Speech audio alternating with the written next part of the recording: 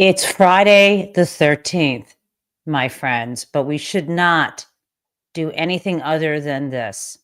Stay in the fight.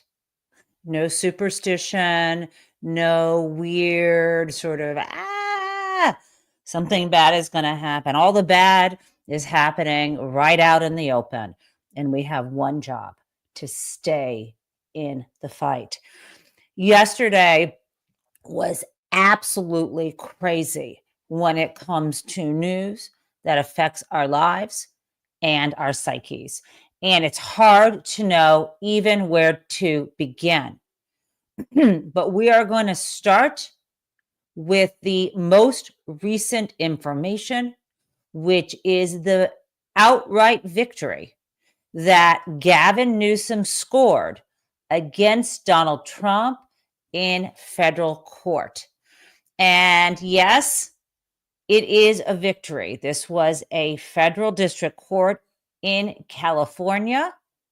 Judge Breyer, yes, he is the brother of former Justice Stephen Breyer. Judge Breyer delivered more than even what Gavin Newsom asked for.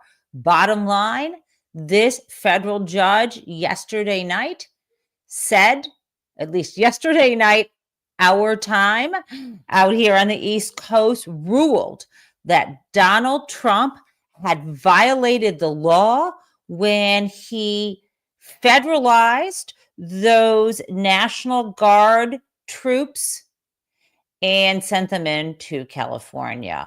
Bottom line, everything we have been talking about on this show, we have looked at that statute together that Donald Trump invoked in his executive order, and we have seen that there was no legal justification for Donald Trump to send those troops into California without, first of all, there was none legal justification.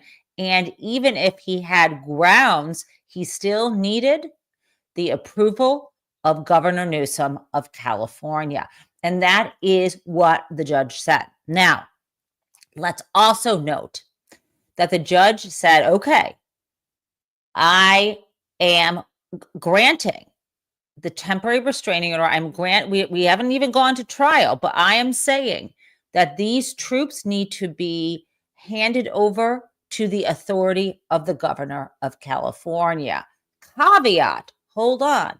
In the ruling yesterday, Judge Breyer said, my order won't go into effect, however, until noon on Friday. Okay, noon on Friday would be, of course, noon in California. Well, you know, it's not noon in California, it's 5:30 in the morning there. But what you also know, if you've been paying attention to the news, is that Donald Trump, in this case was called Gavin Newsom versus Donald Trump. In this case, Donald Trump appealed the case up to the circuit court, the Ninth Circuit Court of Appeals. And the three judges that he drew, just by chance, two were appointed by Trump and one was appointed by Biden, if I recall correctly. So two judges who were appointed by a Republican president, one by a Democratic one. Now, that court ordered what's called an administrative stay. Administrative stay, not on the merits. That judge said, we are going to hold on. We're not going to let that order go into effect at noon today. Instead, the Ninth Circuit said, we want briefs. We want to see what the appellate issues are. And those are due, if I looked at the calendar correctly, like Sunday and Monday for both parties. And then on Tuesday of next week, which is the 17th of June, there will be a hearing. And I imagine there will be a ruling at that hearing. What does that mean? Okay, it's a huge victory, but it's a delay. So right now, those National Guard troops that are in Los Angeles are still under the command of Donald Trump and, of course, then Pete Hegseth and whoever Donald Trump has put in charge of this madness. Okay, so they will be there this weekend. Remember, it's our job to stay in the fight. And by stay in the fight, I don't mean violence. I mean this effort to dismantle this fascist regime, to stop it at every turn. And the great news here is that the days are numbered, I believe, for these troops being in the street, or in the alternative, this could go up to the U.S. Supreme Court, and the court could decide that despite that statute, somehow Donald Trump has the authority to do this. We're going to know more next week. But until then, we need to show up now more than ever tomorrow at the No King's Day protests. It's not just about showing the world and showing each other that there are more of us than there are of them. It's not just about getting to that magical 3%, 10 million people in the streets. It's also signaling to the U.S. Supreme Court, to the Ninth Circuit. They're watching this. They're watching this, to be nonviolent, to be peaceful, to flood the streets, to say no kings. Okay, so that is, I think, a huge victory. Again, put on hold as this goes through the process.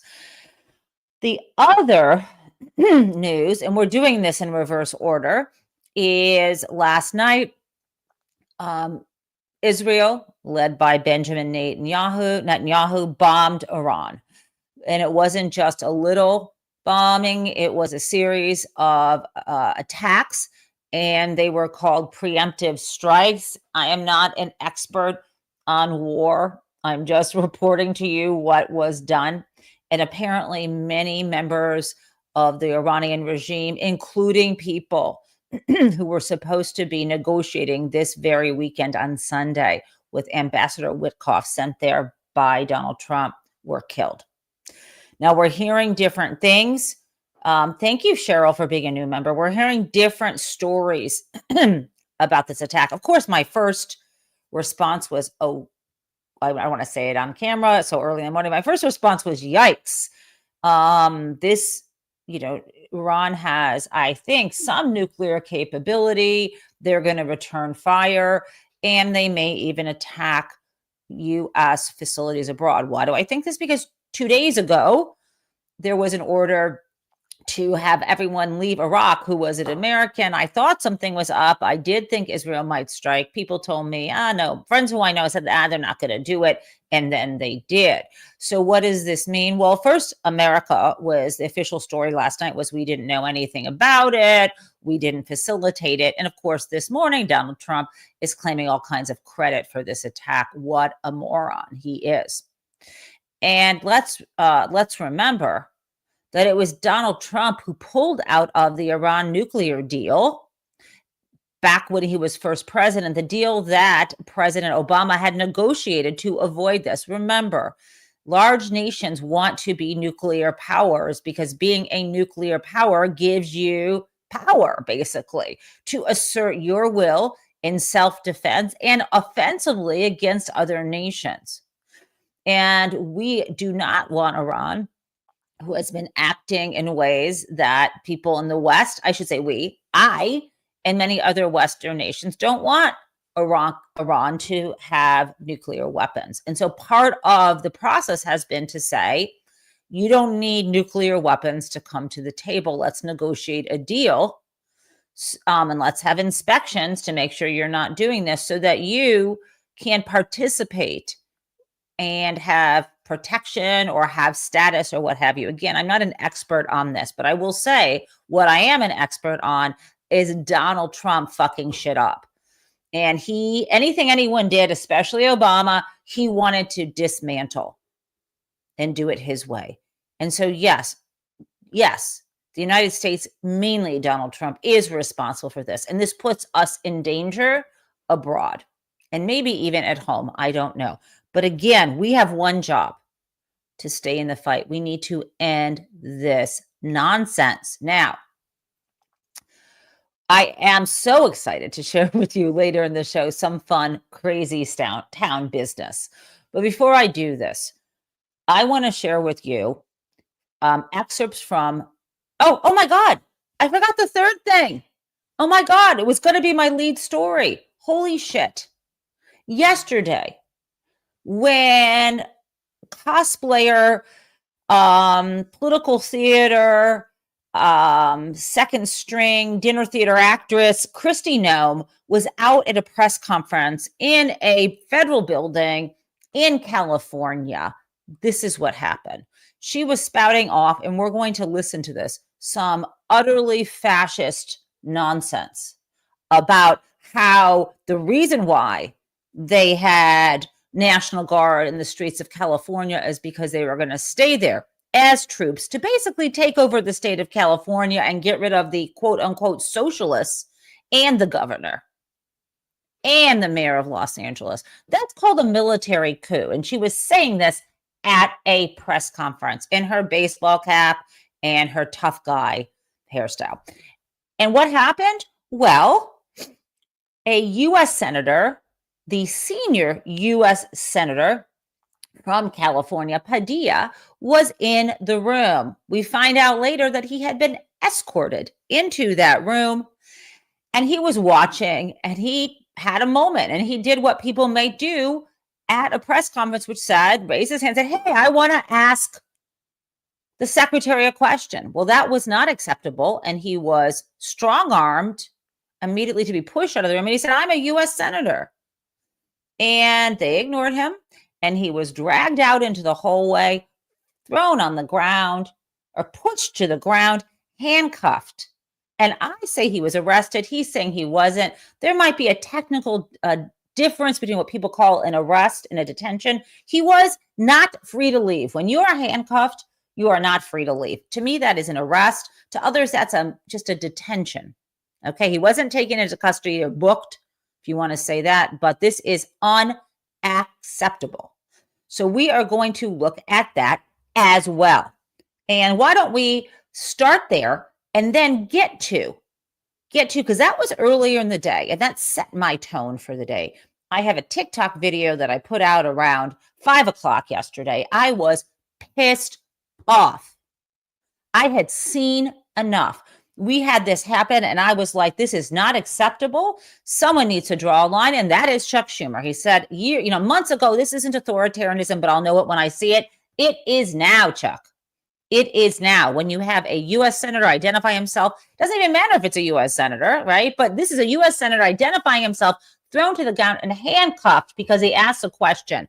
And Chuck Schumer goes on to the Senate floor and tries to talk about this. Well, we have questions about what happened. No. Fuck that, Chuck. You don't have questions. You shut down the Senate. The other day they voted for cloture so they can move the genius bill forward, that stupid crypto bill. Well, they haven't voted on the up-down, and they need 51 votes. Not a single Democrat should show up for that vote. Maybe it won't even get through. They have tools, even though he is the minority leader, to shut this stuff down. There should be no cooperation until there is an apology from Kristi Noem and she resigns and they take the fucking troops out of the streets. That is how I would run the Senate. The only way you handle a bully is to stand up to a bully.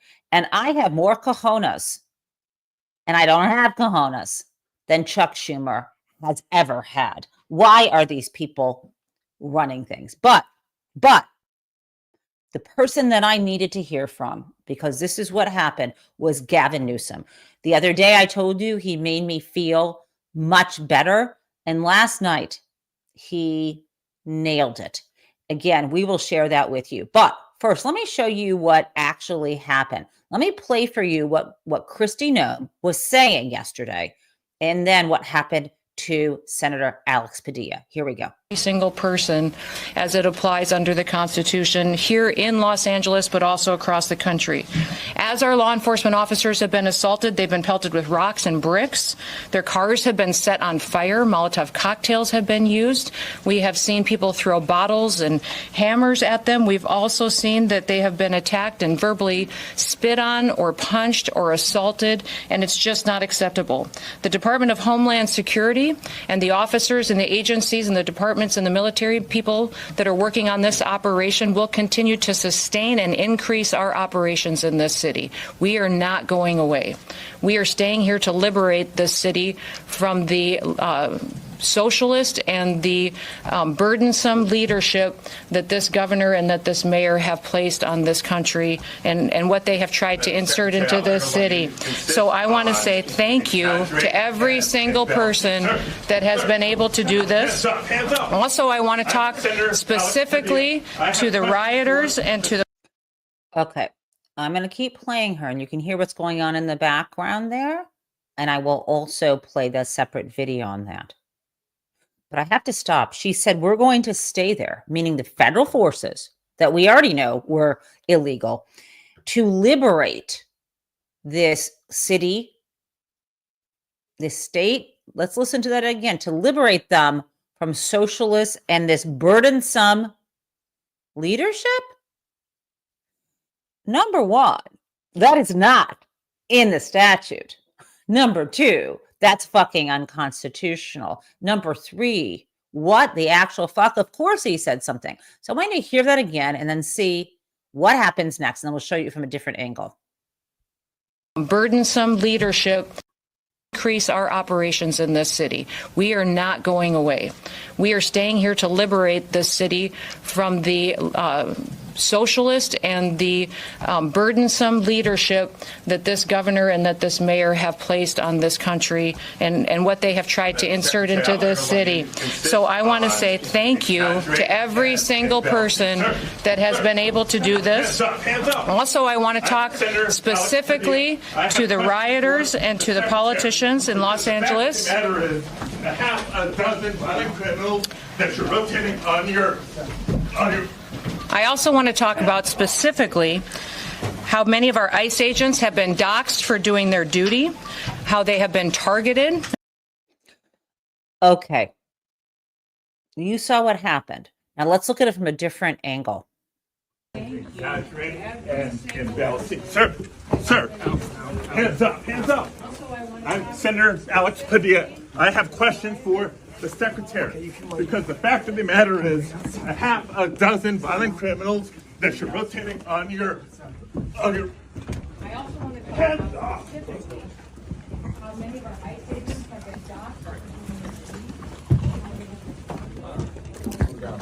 On the ground. Hands behind your back. Hands behind your back. If you let my hands go ahead, stand behind my back. All right. Cool. Other hand. Lay flat. Lay flat. Other hand, sir. Other hand.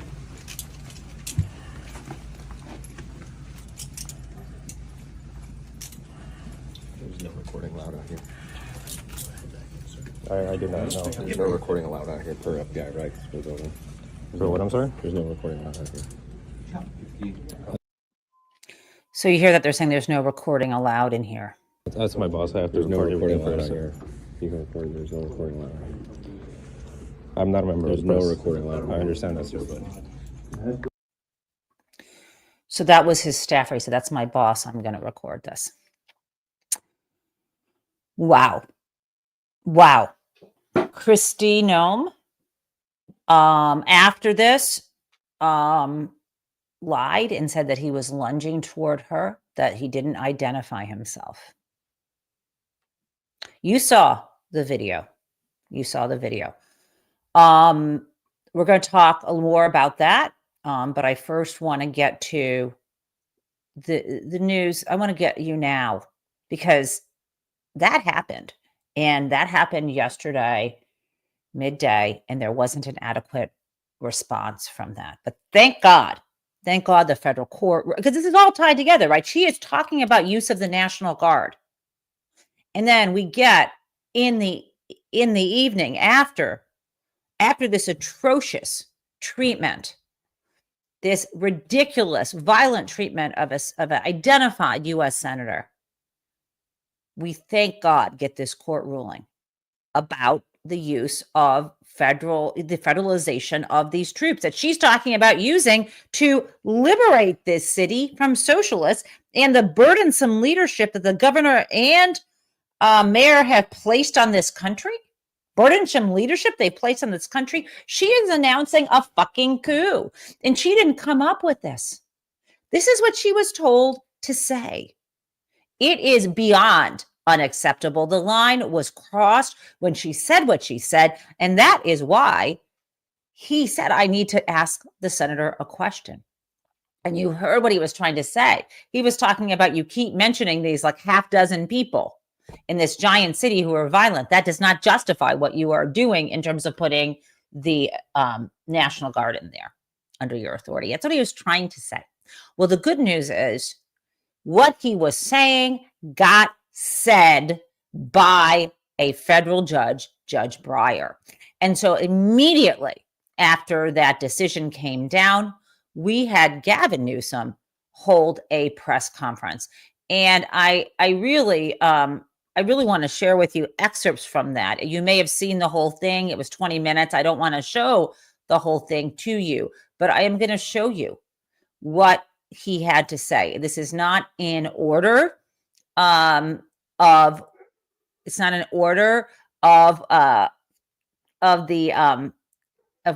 his speech, but I do want to share these pieces for you. Here he is repeating what is going on this weekend with this vulgar display. Let's play it.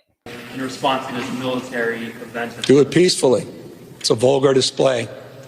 It's the kind of thing you see Kim Jong-un, you see it Putin, you see it with dictators around the world that are weak and just want to demonstrate strength.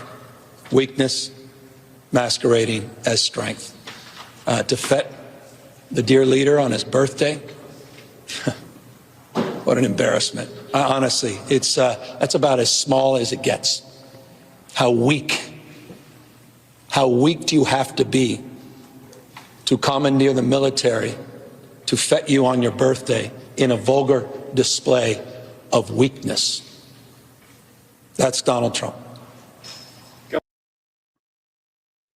How weak do you have to be to get the military to fet you, to celebrate you on your birthday? He makes a great point. He also discussed the harm that the ICE agents are causing to people in California. Let's listen to this. Our California and Ventura County yesterday met with three people directly impacted by indiscriminate raids. I met a 12-year-old boy in 6th grade, weeping, crying, tears pouring down his face. His mother and father were both detained. They disappeared. He has no brothers, no sisters, no family. He quite literally is on his own, abandoned. That's Donald Trump's America. 20+ years his mom and dad working in the same fields, doing the same packing and shipping. 20+ years. They've disappeared. 12-year-old boy. You saw the images of ICE officers running through strawberry fields, CBP helicopters above. I met a woman, a single mother, who was walking out at 5:45 a.m. to get in her car. 7 agents surrounded her. They took her in a car, in essence kidnapping her, driving her around for almost 2 hours until she finally convinced the agent, because she has 3 young children, a 16-year-old, a 14-year-old, and an 8-year-old, that they needed to get to school, and there's no one to help them get to school. She was finally allowed to call her oldest daughter, who was interrogated by the agent and threatened. And they threatened her after they dropped her off, said, "We may be back." Terrorizing this single mother. No criminal record, no criminal background. I met another young woman whose husband has quite literally disappeared. No criminal record. She doesn't know what to do. She doesn't even know what happened. That was just yesterday. That's Donald Trump's America. Agricultural workers. Think about that when you have dinner tonight. Think about when you enjoy your first course. Have some fresh fruit, some fresh vegetables. Who provided those? Who supported you in that? Think about it when you go home and the construction around your property.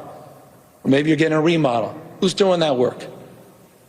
Destroying not only the foundations of our democracy, the best, again, of the Roman Republic and Greek democracy, but now our economy is at risk because of the recklessness and the cruelty of Donald Trump, the indiscriminate cruelty of Donald Trump. Why else? Wow. I mean, when I tried to show you, I showed you the video that Jacob Soboroff showed from the strawberry fields.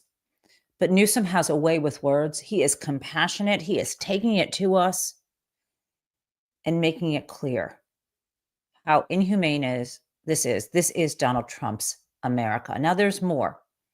Got just two more. He not only took down Donald Trump as a weak bully, but he also dealt with Speaker Johnson. Now there's a clip I don't have about that I want to about Donald Trump being a bully. But about I don't think I have this clip. If I do, I'll try to find it. But Newsom mentioned that Donald Trump called him new scum. And he said, like, that's original. These kids in 8th grade used to call me that. Like, Newsom had the right tone. He was holding up a mirror. He was shining a light right on Donald Trump and showing us who he is. We can see it, but it is so rare to see anyone do this.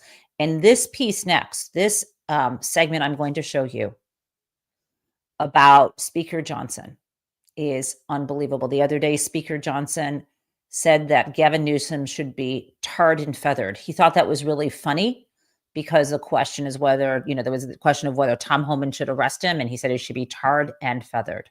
I don't know if you know that this expression tarred and feathered, that is a actual torture. We're talking about boiling tar, burning people, and then putting feathers on them. This is actually an execution. It is insane that he would say that. It's not funny. Let's hear what Newsom said. Courts will. I think look, I'm counting on these separations of power.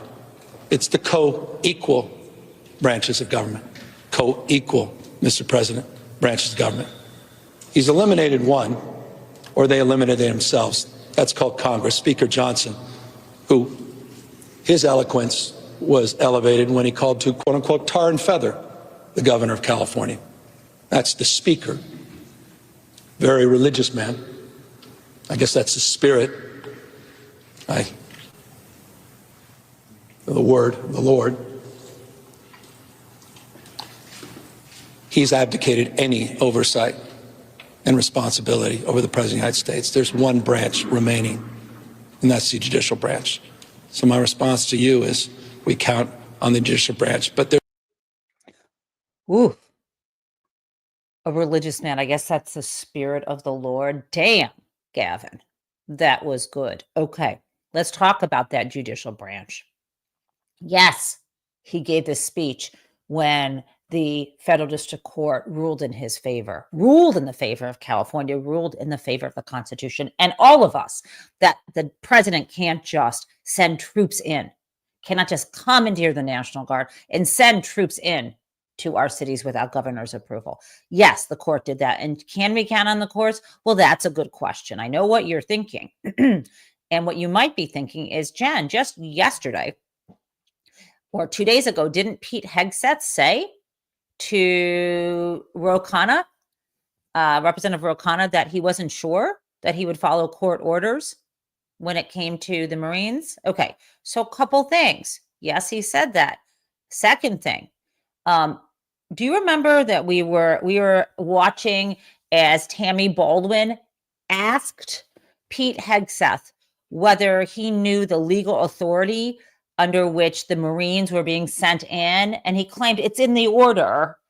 My lawyers told me. Well, guess what, friends? I went and looked yesterday, and there is no order from the president sending in Marines. Therefore, that's why we don't know what the legal authority is. We don't know what they were trying to use. At any rate, let's listen to Hegseth, and don't jump off a ledge. I can explain to you why we're going to be okay. Let's play this. You assure the American people of two things. You will respect any Supreme Court decision on this matter about whether the Marines are constitutional, and you will respect the district courts when they rule before the Supreme Court rules. What I can say is we should not have local judges determining foreign policy or national security policy for the country. So you're not willing to say you would respect those decisions? What I'm saying is local district judges shouldn't make foreign policy for the United States.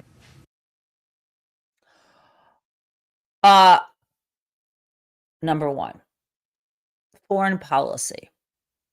How is having the Marines on the streets of California foreign policy?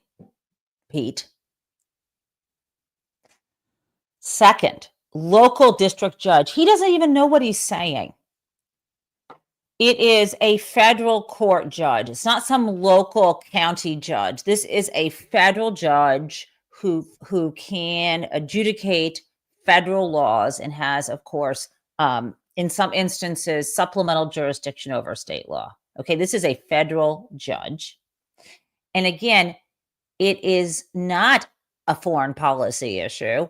And if it were a national issue, we are in this case talking about whether the Marines can be in California, or whether in this case, that didn't even get to the court because they're not officially there yet, or in this case, whether the National Guard can be in the streets of California.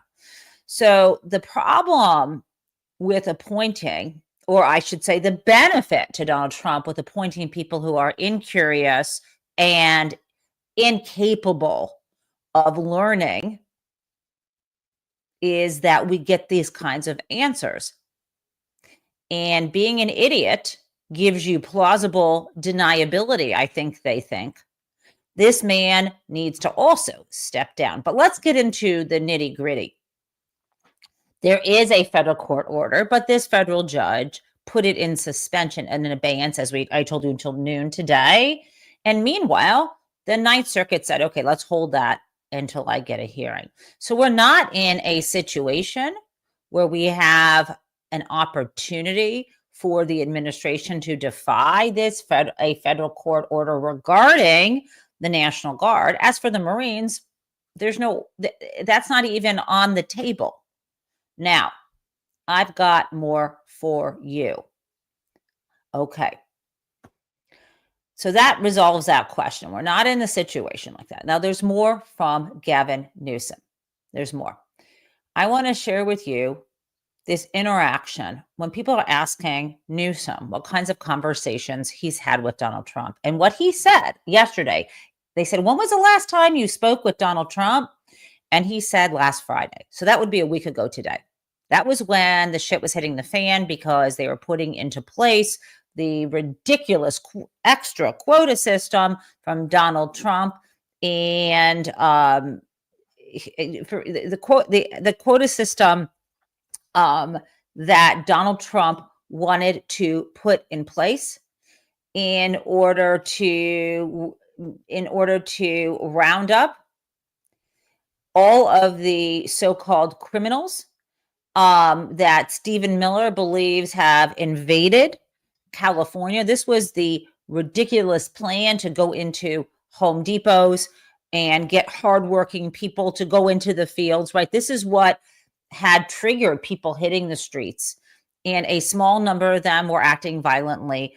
And the LAPD, of all people, can stop that shit. They sometimes go over the top, but that wasn't what happened in this case. It wasn't that the LAPD needed backup. It was that Donald Trump wanted to bring them in as a show of force. And we hear the truth coming out. It wasn't because things were out of control. It was to liberate this city from socialists and burdensome leadership, right? This was an attempted coup. It's an attack on California. Now, so last Friday was the last time they spoke. And during that phone call, and Donald Trump, by the way, claims he's spoken to Newsom since then. Not true, according to Newsom. Last Friday was the last time they spoke. And we have heard repeatedly, and we heard it last night, that Donald Trump did not warn Newsom or even ask him if it was okay to send in the National Guard. It didn't happen, according to Newsom. So I need you to hear what Newsom said when he was asked about this. Do you have a readout? Oh, I would love to share the readout, but I revere the office of presidency, so I'll keep it in confidence. He has quite literally made up components of that conversation. He's been a stone-cold liar about what he said we talked about. He never discussed the National Guard, period, full stop. I would love to share with you what he actually talked about. That would send shivers up your spine. Attorneys. The reporters asked him another time after that about what they talked about. And Newsom said, we briefly mentioned Los Angeles, and then Donald diverted the conversation to like maybe, numerous others, maybe 10, I don't know how many, 12 other topics. And then he again alluded to the fact that they were really insane, the stuff he was talking about. Okay. So I got more for you. I've got more for you. It is now time to share with you what is going on, right? This was also very important to share with you what is going on right now with Iran. And so last night, as the news broke that Israel had bombed Iran, it happened that Senator Elizabeth Warren was about to come on air, or Kay was on air with Chris Hayes. She was there to talk about her colleague, Alex Padilla. But first, Hayes asked her about this attack. Let's play it. Your reaction to the idea that the Israelis just launched a preemptive strike on Iran? Right. This is deeply disturbing. And look, I don't agree often with the Trump administration, but I think here it is important to say we need more negotiation, we need de-escalation, we need to get to a deal. This has the possibility of spinning entirely out of control. So we need to get these parties back to a negotiating table. We need the administration in there helping try to negotiate something among them. This is truly a dangerous situation. I have to say. And how did we get into it? Because Donald Trump created this problem and now he thinks he's going to fix it, which brings me back to one last clip from Gavin Newsom. You may have heard that yesterday Donald Trump said, "Oh, I just realized I'm hearing from these businesses and they're telling me they don't have anyone to work in their factories or their fields. So maybe I'm going to lay off a little on rounding up the good people." That's what he said. Let's hear what Newsom had to say in response to that. Look at the president today coming out and saying he wants to protect California farm workers from deportation, given what you... This is what he does. He creates a problem, and then he tries to be a hero in his own Marvel movie. This is brilliant. Did it on fill in a blank on almost every topic, creates the problem, and then tries to do a make-believe as if you're all perfect little sheep, and you're going to go on with it to be the hero in his own Marvel movie. He initiated those raids. He significantly increased the scale and scope of those raids. That's why he wants the National Guard. Hundreds and hundreds and hundreds of guards, men and women, now being dispersed everywhere, sprinter vans, unmarked, people with masks, running in, rolling over, some case running into cars. 6-month-old kid, a 3-year-old child in the back of the car, left. So, spare me, Mr. President, that he's sincere. But if he is, that happened because of you. It happened because of the American people, because they stood up. And that should give us some optimism. Thank you all very, very much. Wow. Wow. I encourage you, if you have a moment, to watch the whole speech. That's what we need to see from leadership. And it's too soon. You know, I know how we get here. We're like, oh, presidential material and stuff. You know, guys, we just need to make it through the weekend. I told you you've got one job. It's to stay in the fight. We can't even begin to think about what the world's going to look like in 3 years. Let's just do what we need to do now. Focus on what's right in front of us. And yes, of course, he's presidential material, but that's not where we are right now. We need the leader for this moment. And I believe he is one of the leaders for this moment. Now, speaking of which, I don't know if you know this. Last night I was talking to you, not last night, I'm sorry, I was on Dean Abdalla's show, his radio show last night. We were talking about how many people watched this speech. Oh, no, I remember. It was the speech from the other night. I was talking about how many people watched it. But what I want to share with you a bit about that is that when it was streamed on YouTube, it was streamed in conjunction with the Midas Touch guys. And this speech the other night there were so many people watching us. I want to share with you, I think this is, here we go. We're going to learn more about how popular Newsom really is. Oops, I'm sorry, you guys. I thought I had shared that, but I didn't do this the right way. Here we go. Give me a second. Here we go. This is a big moment for Gavin Newsom. It's a big moment. Tell me something I don't know about him. I'll tell you something that you don't know. A star, a political star perhaps has been born, because how many people watched Gavin Newsom's speech on just YouTube alone? Get this. Over 3 million folks watched the speech on YouTube alone. The speech, of course, about Donald Trump and the ICE raids. And here's what's so interesting. To put that in comparison, Joe Rogan, a very popular podcast, the most popular in America, his average podcast episode over the last month has averaged only 1.6 million YouTube views this month. So Newsom's speech, very, very popular.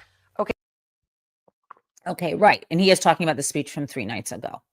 Now, do you want to compare what it's like to have an intelligent man, an articulate, eloquent,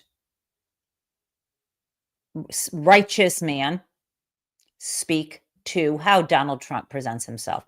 He is dumb as fuck. This is him in the White House trying to muse out loud why it is that, you know, it's been 80 years since World War II, and like, people don't like Russia now, but they were our ally then. He can't fucking figure it out. Yeah, because, you know, in his view, what, a country is one way and the people don't behave in a different... I can't tell you how dumb he is. Let's listen to this. Macron was a good man. I said, what are you doing? He goes, we're celebrating World War II, our victory. I said, your victory? Your victory. Tell me about that. And then I called somebody else, and I happened to speak to President Putin at the time. Now, in all fairness to him, he lost 51 million people, and he did fight. Russia fought. Sort of interesting, isn't it? He fought with us in World War II, and everybody hates him. And Germany and Japan, they're fine. You know, someday somebody will explain that, but I like Germany and Japan too. Someday someone will explain to you why he thinks why Putin isn't liked now, even though Russia was liked and fought with us in World War II. Someday someone will explain to him why Japan, the country, was an enemy of the United States then, but is an ally now. No one's going to fucking explain it to you, because you didn't come up with that comment on your own. Putin or someone said that to him, and he's just repeating it, and he thinks it's smart. And he thinks he's intelligent because everything he says, people go, that's a good point. What an utter moron. That is who is representing us. That is the Republican Party. Trump's America is the Republican America. We need to get these clowns and sycophants out, period. Now, my friends, I have got a couple more strange things and then crazy town. So the other day, there was Army Secretary Dan Driscoll told Fox News that there was an astronaut currently on the moon. And he said, we talked to an astronaut yesterday who's on the moon, who's a soldier. I have not looked into this, but I don't think we have anyone up on the moon right now. Maybe he meant the International Space Station. I don't know what's going on, but if you find out that there's someone up on the moon, could you let me know? Because I didn't know we had someone up there on the moon chatting.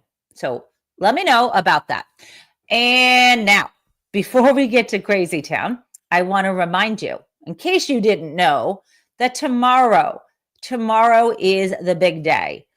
It's No King's Day. In America, we don't do kings. There are rallies all over the place. It is going to be fun. There will be speeches. If you don't want speeches, you can dance. You can wear your own music. I am jazzed. Are you still looking for a poster? We can do it. I have put that up before and I will again, but you can go to my YouTube page and you can download this poster. And my friends, there is more. As I put in the chat above, Michael and I finally, it is so exciting, launched our own little store. Yes, I am selling shit. We launched our own little store on Zazzle. Oh, I think I can share that screen with you. And then I can drop the link in the chat. This is crazy. It's the only way that I could figure out how to design t-shirts. Okay, so are you looking at this? I think you are. Okay, so this is our page. It's called Zazzle.com/store/Michael and I'm going to drop that in the chat. And the reason why I did this is because if you know anything about Zazzle, you can design your own merch for yourself. And let me blow this up a little. I can't blow it up. I wanted to design a t-shirt that said F fascism on the back that we could wear to the rally. Now, it's not going to be ready for this rally, but there'll be more. So I made that and I thought, well, other people should be able to purchase it. See, very nice. See that? And it's only, look at it, it's only $12.88. Full disclosure, I think on these t-shirts, we're making 10%. So if you buy a shirt, I think we make $1.28. I don't know. And then finally, the mugs are here. Can I blow that up? Yes, the mugs, the Taub Live mugs. And apparently you can put this on anything. I think we're making 5% on these, almost nothing. These mugs are $4.11. And you save, because you can save 15%. This is kind of amazing here, you guys. Anyway, I'm going to stop sharing. I'm not trying to make a buck. I mean, literally maybe making a buck on each of them. I'm trying to offer merchandise to spread the word about the show. And as for the shirt, fuck fascism. Who doesn't want a shirt that says that? So there you go. Okay. Now it is time for Crazy Town. I think this is, you're going to appreciate this. This is not political. It's just fucking crazy. Let's play it. Here we go.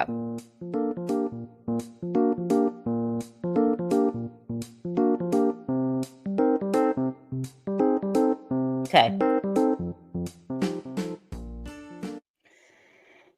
Crazy Town today. I love the music emojis in the chat. Yes. Okay. So, and the hands in the chat. Okay. Today, Crazy Town is Tesla. And I don't know if you know, but unfortunately, Elon Musk is back at Tesla. And when Elon Musk comes somewhere, stuff starts to fall apart. And bad shit happens. So, and I mean bad shit and bad stuff. So apparently, I mean, it's hard to believe. They have these robo taxis, right? They want to have these so-called self-driving Teslas driving around and picking you up and taking you places. So they're going to launch these like in a couple weeks this June.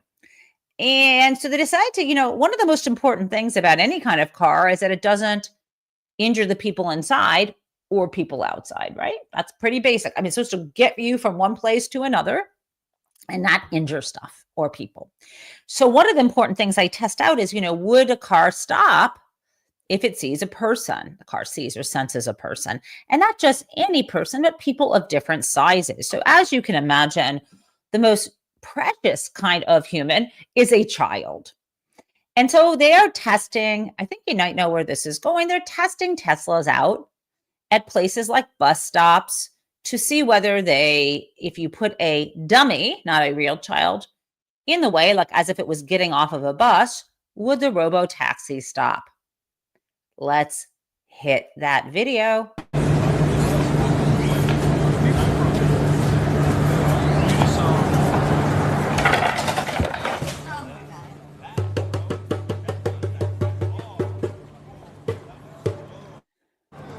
Can I play that again for you?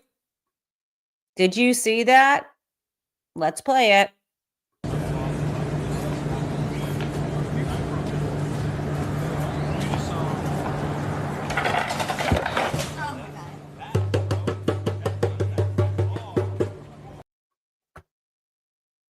That's how it's going over there at Crazy Town. And do you think they're going to still launch those robo-taxis? Money, money, money. Welcome to Crazy Town. Guys, I cannot wait for the rally tomorrow. Have fun. I will see you on Monday, bright and early. Have a great weekend.